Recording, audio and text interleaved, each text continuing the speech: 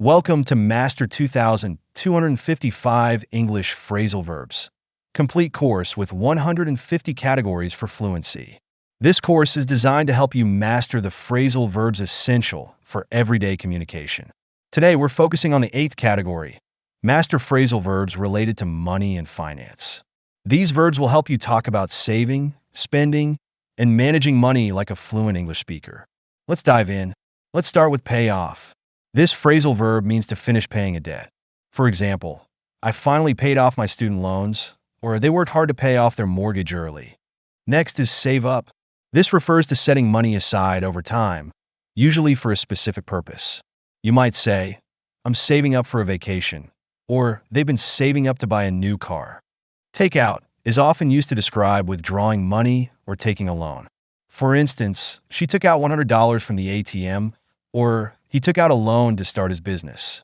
Run up refers to accumulating debt or expenses quickly.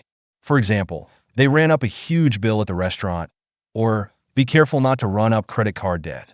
Cash in means to exchange something for money, often an investment. You might hear, he cashed in his stocks when the market peaked, or she decided to cash in her savings bonds. Chip in is used when contributing money to a shared expense.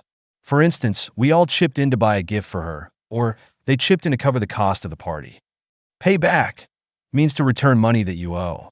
You could say, I'll pay you back next week, or she paid back the money she borrowed from her friend. Fork out is an informal way of saying to pay money, often reluctantly.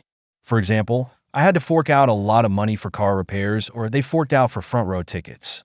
Cut back means to reduce spending. You might say, we need to cut back on dining out to save money, or the company is cutting back on unnecessary expenses. Splash out refers to spending a lot of money on something special or extravagant. For instance, he splashed out on a luxury watch, or they splashed out on a fancy dinner to celebrate. Run out of is used when something, such as money, is completely used up. For example, we ran out of cash during the trip, or they ran out of funds for the project. Put in means to invest time, effort, or money into something. You could say, she put in $1,000 to start the business, or they put in a lot of effort to make it work.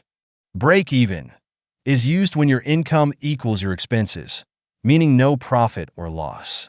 For instance, the company barely broke even this quarter, or we just need to sell a few more items to break even. Dip into means to use savings or reserve funds. You might say, I had to dip into my savings to cover the repairs, or they dipped into their emergency fund during tough times. Finally, rake in refers to earning a lot of money, often quickly. For example, he's raking in cash from his new business, or the movie raked in millions at the box office. These phrasal verbs are essential for discussing money and financial situations in English.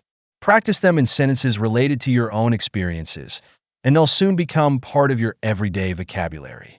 Keep practicing, and I'll see you in the next lesson.